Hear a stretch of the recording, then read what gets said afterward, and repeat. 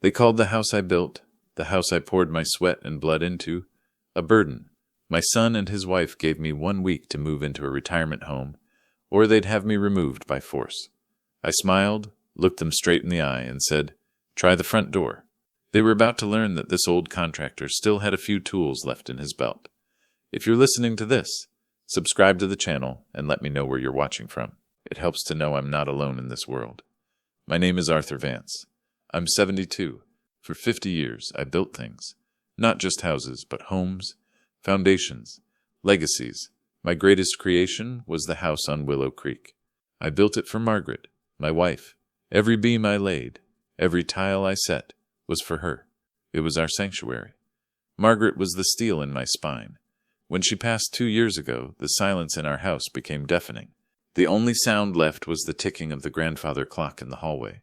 We bought it on our first anniversary. It was the heartbeat of our home. I thought the silence was the hardest part. I was terribly wrong. It started on a rainy Tuesday. I was polishing the brass face of the grandfather clock. The smell of lemon oil filled the hallway. It was Margaret's ritual. Now it was mine. The doorbell rang. I opened it. My son, Daniel, stood there. Beside him was Chloe, his wife of 3 years. They were holding suitcases. "Dad." "Surprise," Daniel said. His smile was too bright, too tight. "Daniel, what's this?" I asked. Confusion warred with a sudden, cold dread. Chloe didn't wait for an invitation. She stepped past me, her heels clicking sharply on the hardwood floor. I installed myself. She tracked mud onto the Persian rug Margaret adored. "We're moving in, Arthur," she announced. She never called me Dad. Always Arthur. "Moving in?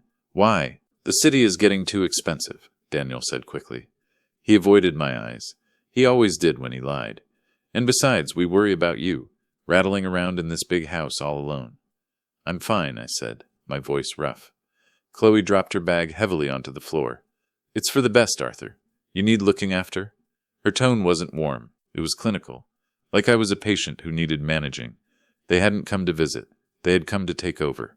I looked at my son. He was already hanging up his coat, making himself at home.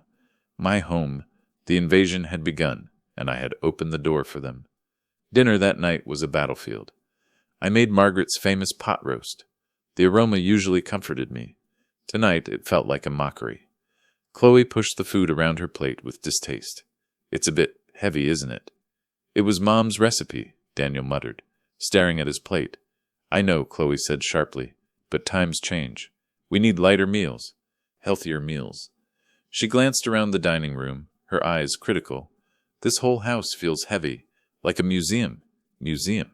The word hit me like a slap. "A museum of my life, Chloe." She ignored me. "We need to modernize, open things up. That wallpaper has to go." She pointed at the floral pattern Margaret had picked out. "And that awful clock in the hallway. It's so loud." The grandfather clock, Margaret's heart. "The clock stays," I said. My voice was low, dangerous. Chloe just smiled. A thin, cold smile. "We'll see." I realized then they weren't here to help me. They were here to erase me, and they had already started. The next morning, the erasure began in earnest. I woke up early, as always. I walked downstairs for coffee. I stopped dead in the living room. The furniture was rearranged. The layout Margaret had perfected over 40 years was gone, replaced by something cold and modern. But that wasn't the worst part. Margaret's favorite armchair, the worn velvet one she always sat in by the window, was missing. Panic clawed at my throat. I searched the house, the study, the basement. I finally found it in the garage, shoved behind dusty boxes, covered with a tarp, like garbage. My hands trembled.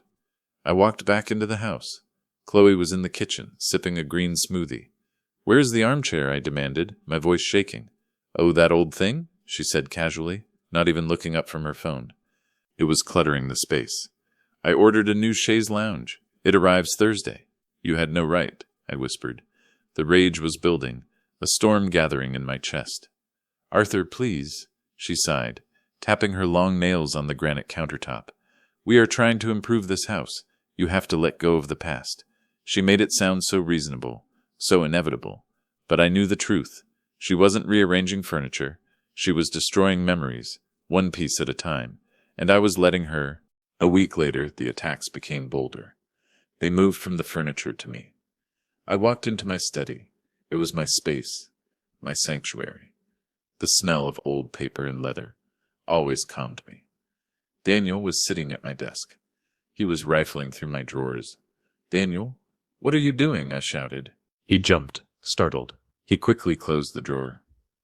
"Dad, I was just looking for a pen. In my private desk?" I stepped closer. "In the drawer where I keep my financial papers." He stood up, adjusting his cuffs. A nervous habit he'd had since childhood. "Look, Dad, we need to talk about your finances." "My finances are fine." "Are they?" he pressed. "Chloe is worried. She thinks you might be getting confused about the bills." "Confused?" The word stung. "I'm not confused. We just want to help," he insisted, spreading his hands wide. "Maybe it's time we took over managing the accounts. Just to take the pressure off you." They wanted control, not just of the house, but of my money. My independence. I looked at the man standing in front of me. He had my eyes, Margaret's smile, but I didn't recognize him. He was a stranger wearing my son's face, and that realization hurt more than any insult. The isolation grew. They stopped including me in meals. Chloe would leave a plate on the counter for me. Cold leftovers. Like I was a dog. I started spending more time in the garage, sitting in Margaret's armchair. I missed her so much it physically hurt. Chloe started having friends over. Loud, obnoxious people who looked right through me. One afternoon, I was trying to read in the living room. Chloe and her friend Stella were drinking wine by the fireplace. "He just sits there all day," Chloe whispered, loud enough for me to hear. "It's depressing. When are you moving him out?" Stella asked, swirling her wine. "Soon. Danny is finalizing the paperwork for the Meadows." The Meadows, a retirement home, a place where people go to fade away.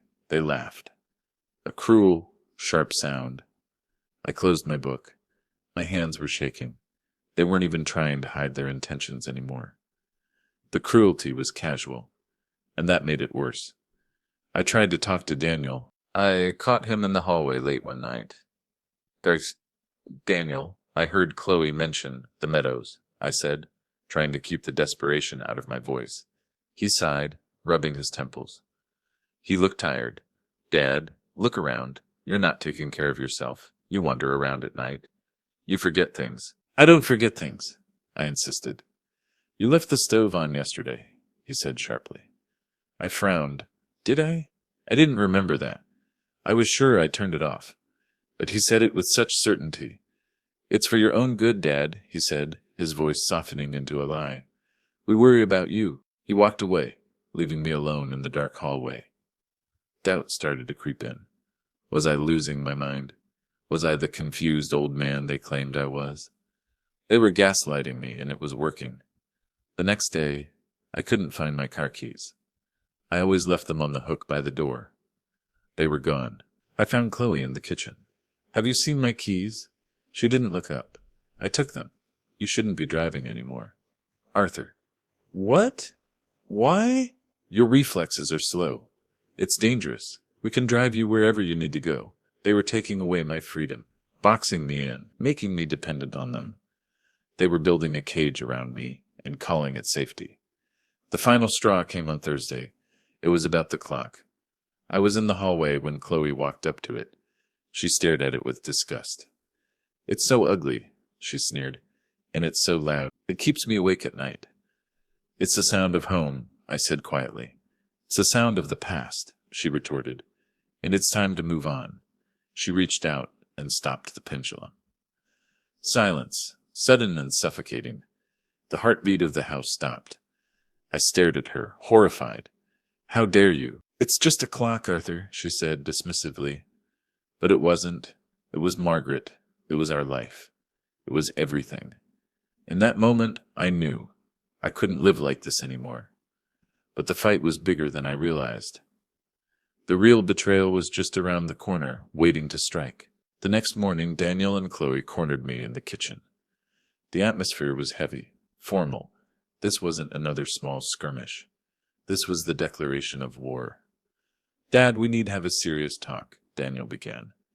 He looked nervous, adjusting his cuffs repeatedly. Chloe stood beside him, arms crossed, a look of grim determination on her face. "What is it now?" I asked, tired of the constant conflict. Daniel pulled out a thick stack of papers from a leather folder. He placed them on the table in front of me. The sound was heavy. "Final. We've consulted a lawyer," Chloe said, her voice sharp and metallic. "And we agree that it's time for some changes." I looked at the papers, bold letters at the top, read durable power of attorney. My blood ran cold. I knew what that meant. It meant the end of my independence. "What is this?" I whispered, though I already knew. "It's for your own good, Dad," Daniel said quickly, the words tumbling out in a rehearsed rush. "It just means we can handle your affairs. Your bills, your health care, everything. You won't have to worry anymore." "It means you take control of my life," I corrected, my voice rising. "You're getting older, Arthur," Chloe interjected, her tone dripping with fake pity. "You're forgetting things. You're confused. We can't risk your well-being." "I am not confused," I shouted, slamming my hand on the table. The coffee mugs rattled. Chloe didn't even flinch. "Your behavior right now proves our point," she said calmly, gesturing towards me as if I were a specimen in a lab. "You're agitated, irrational." They were using my anger against me, twisting my defense into proof of my decline. I stared at the papers. My life, reduced to a few sheets of legal jargon. If I signed this, I would be powerless, a prisoner in my own home, or worse, a prisoner in the meadows. "I won't sign it," I said, pushing the papers back towards them. Daniel looked panicked. He glanced at Chloe. "Dad, please, be reasonable." "Reasonable," I laughed bitterly. "You move into my house, you erase my wife's memory. You treat me like a servant, and now you want to steal my life, and you ask me to be reasonable?" Chloe stepped forward. Her eyes were cold, merciless. All pretense of concern was gone. "God, you will sign it, Arthur," she hissed, "or we will take you to court and have you declared incompetent." The threat hung in the air, heavy and suffocating. Incompetent. The word terrified me more than death. "You wouldn't dare," I whispered. "Try me," she said. A smirk played on her lips. I looked at my son, pleading silently. "Help me. Defend me. Don't let her do this." He looked away, adjusting his cuffs. The betrayal was complete. My own son, my flesh and blood. He was choosing her over me. He was choosing money over me. I felt a crushing weight on my chest. I couldn't breathe. The room spun around me. I had lost everything. Margaret, my home, and now my son. The ultimatum hung over the house for the next few days. The silence was worse than the shouting. They watched me constantly, like vultures waiting for the prey to collapse.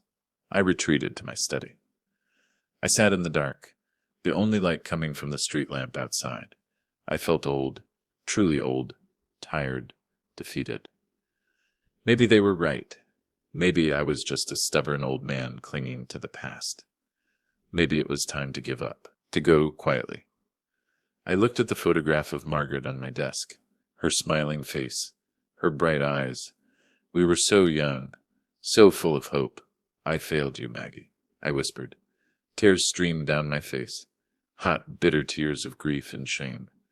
I thought about the life we built, the sacrifices we made, the dreams we shared. This house wasn't just wood and bricks. It was our love story, our legacy, and I was letting them tear it down. I sank to the floor, sobbing uncontrollably. The grief, the betrayal, the helplessness, it all crashed down on me. I had reached the bottom. There was nothing left. I was broken. Hours passed. The tears dried up. The grief slowly receded, replaced by something else. Something cold and hard. Anger. I thought about Margaret. How hard she fought her illness. She never gave up. Not until the very end. She was a fighter, and I was a builder. I built this house on a foundation of rock. I built my life on a foundation of integrity. I stood up. My legs were shaky, but my resolve was firm. "I will not let them destroy us, Maggie," I promised her picture. A spark ignited in the darkness, a flicker of the man I used to be. They wanted a war. I would give them one, but I needed information. I needed to know what I was really up against. That night, I couldn't sleep. The silence in the house was suffocating. The stopped grandfather clock felt like a ticking time bomb. I went downstairs for a glass of water. As I passed the living room, I heard voices. Daniel and Chloe. They were arguing. Their voices were low, urgent. I stopped, hidden in the shadows of the hallway. "We're pushing him too hard," Daniel whispered. "He looks terrible. What if something happens to him?" "He's fine," Chloe retorted, her voice dismissive. "He's just being dramatic. We have to break him, Daniel. We don't have time." "Time for what?" Daniel asked, his voice strained. "We have the power of attorney papers ready. The doctors are lined up. It's just a matter of time." "Time we don't have," Chloe hissed. "The creditors are calling. They won't wait any longer." "Creditors?" My blood ran cold. "I thought you said the business was fine," Daniel accused. "I lied," Chloe snapped.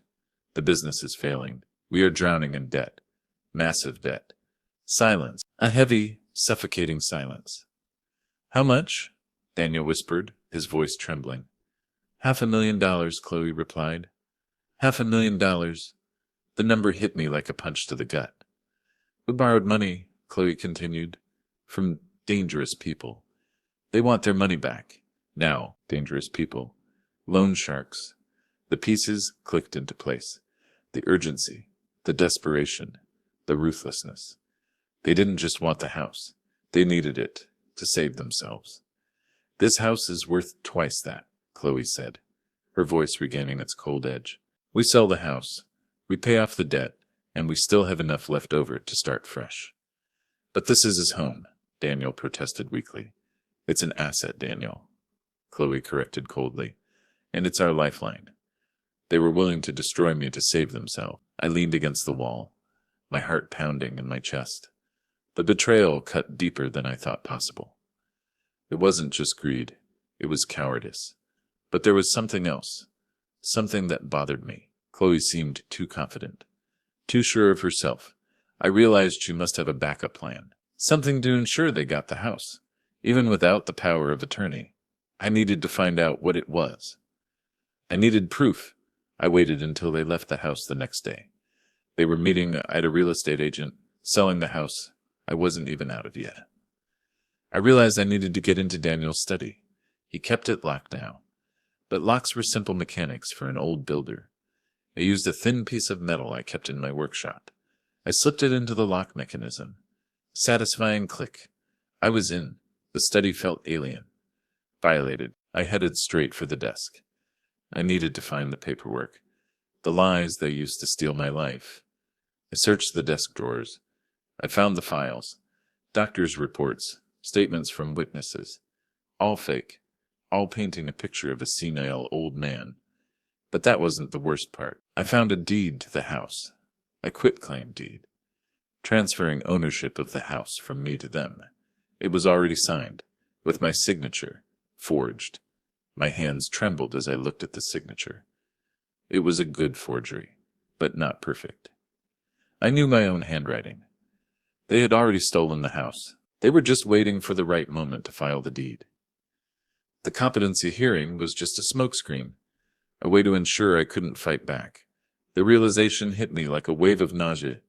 They were more ruthless than I imagined. If this story is keeping you on the edge of your seat, please hit the like button and don't forget to subscribe. It helps our channel grow and bring more stories like this to light. It was that moment, standing in the violated study, that I knew this wasn't just about the house anymore. This was about justice. I needed help. I couldn't fight this war alone.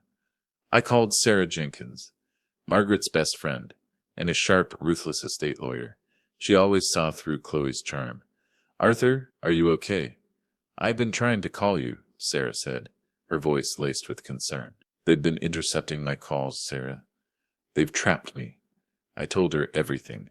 The retirement home, the power of attorney, the debt, the loan sharks, the forged deed, silence on the other end.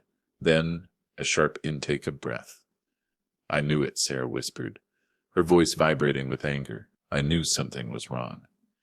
"Chloe was always asking questions about your finances. Prying. I need your help, Sarah. I need you to fight for me.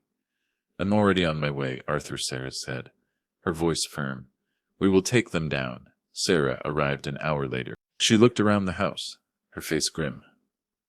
This is elder abuse, Arthur, she muttered. We sat in my study. I showed her the forged deed. Sarah examined the signature closely. This is a felony, multiple felonies. They could go to jail for this. I want my life back, Sarah, and I want them to pay for what they did. Then we need to be smart, Sarah said. We need to trap them.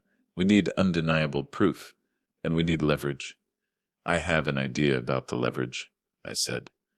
I called Ben Carter, my old business partner. We built the company together. He knew people, dangerous people. Ben, it's Arthur. I need a favor. I told him about the debt, the loan sharks. I need you to find out who Daniel and Chloe owe money to, I said.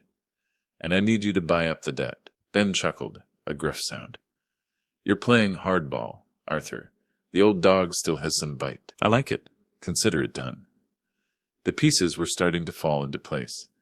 The old contractor was back in business. We needed one more piece of the puzzle. The proof of their intentions. The proof that Margaret knew what was happening.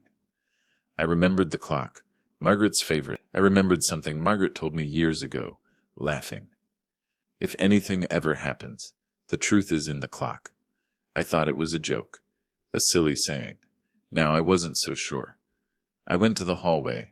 The clock stood there, silent, still. I opened the glass door, ran my hands over the polished wood. I searched the clock. Inside, outside, nothing. I felt a wave of despair. Maybe I was wrong. Maybe I was just a desperate old man chasing ghosts. Then I saw it, a small scratch near the base, almost invisible, an imperfection in the flawless wood I had carved. I pressed it, a hidden compartment sprang open, silent, smooth. Inside, a small leather-bound book, Margaret's journal, and a USB drive. I opened the journal, Margaret's familiar handwriting, elegant, precise. The last entry was dated a month before she died. I fear for Arthur, she wrote. Daniel has changed.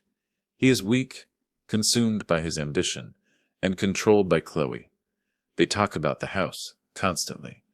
They talk about my illness as an inconvenience. My heart broke. She knew what they were becoming. I have gathered proof, the entry continued. Bank statements showing unauthorized transfers, recordings of their conversations. I hid them here, in the clock. My sanctuary. I looked at the USB drive, the ammunition I needed. If Arthur reads this, know that I love you always. Protect yourself. Don't let them win. Tears streamed down my face. But this time, they weren't tears of grief. They were tears of clarity. They had poisoned the atmosphere around my wife, in her final days. They had made her feel afraid in her own home. For that, there would be no mercy. The stage was set. I invited Daniel and Chloe for dinner. Celebration, I told them. I had finally accepted my fate. I was moving to the meadows. I was signing the power of attorney. They were ecstatic. They couldn't hide their relief. They thought they had finally broken me. I cooked dinner. Margaret's favorite roast chicken. Mashed potatoes. The aroma filled the house. A reminder of everything they had destroyed. We sat at the dining room table. The silence was heavy with anticipation. To the future, Chloe said, raising her glass of champagne. Her eyes sparkled with triumph. To the future. I echoed, my voice steady. We ate. They were giddy, talking about renovations, about travel. I was calm, the calm before the storm.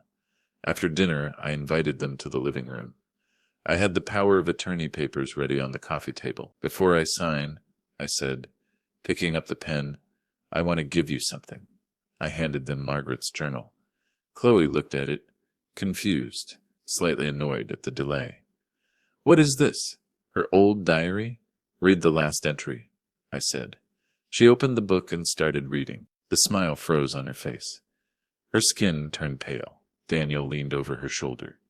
His eyes widened in shock as he read the words. She knew, he whispered, horrified.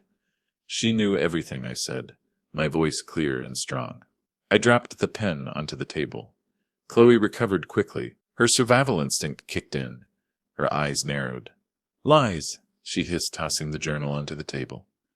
She was sick, delusional, paranoid. She wasn't delusional, I said, pulling out the USB drive. She was smart. She recorded you. I pressed play on a small speaker I had set up. Chloe's voice filled the room. Cold, cruel.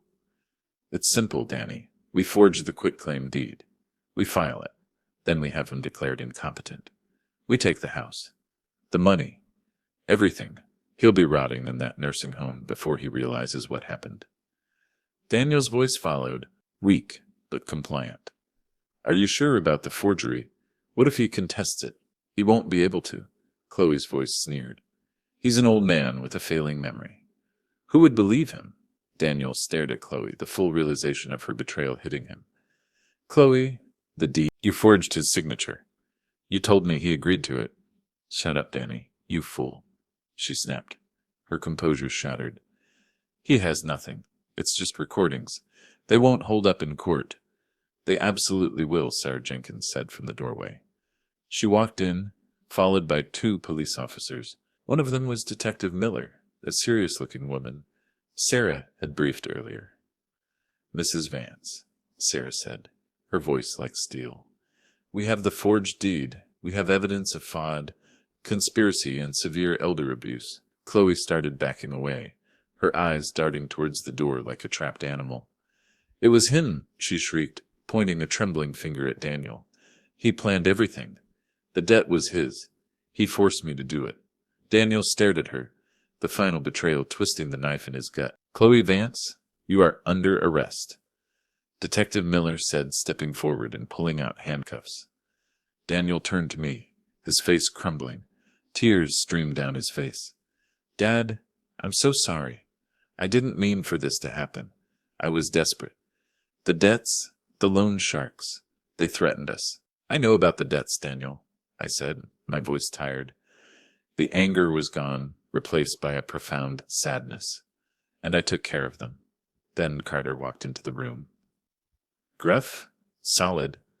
Arthur, Ben said, handing me a stack of papers. The debts have been cleared. The loan sharks have been dealt with. You own the debt now. Daniel stared at me, confused. I bought your debt, Daniel, I said. You owe me now. Not them, me, Dad. Why? Why would you help me after what I did? Because you are my son, I said, my voice breaking, and Margaret would have wanted me to protect you from them. But I cannot protect you from the consequences of your own actions. I turned to Detective Miller. Daniel Vance was an accomplice. He was weak, manipulated, but he was aware of the fraud. He stood by while I was abused. Daniel's eyes widened in shock. He stumbled back, realization dawning. Dad, no, he pleaded. Please, you betrayed me, Daniel, I said, the words cutting deep. You betrayed your mother's memory. You have to face the consequences. The officers arrested Daniel. He didn't fight. He just wept. Chloe fought like a cornered animal, screaming, cursing. As they dragged her away, she looked back at me, her eyes burning with pure hatred. I will destroy you, old man, she shrieked. You already tried, I said quietly, and you failed. They were gone. The house was silent again, but this time, the silence was different. It was peaceful. The aftermath was messy. Court dates, lawyers. The scandal rocked the neighborhood. Daniel and Chloe were found guilty. Fraud, forgery, elder ibis, conspiracy. They went to prison. Chloe got 7 years. Daniel, due to his cooperation, in the end, got 3.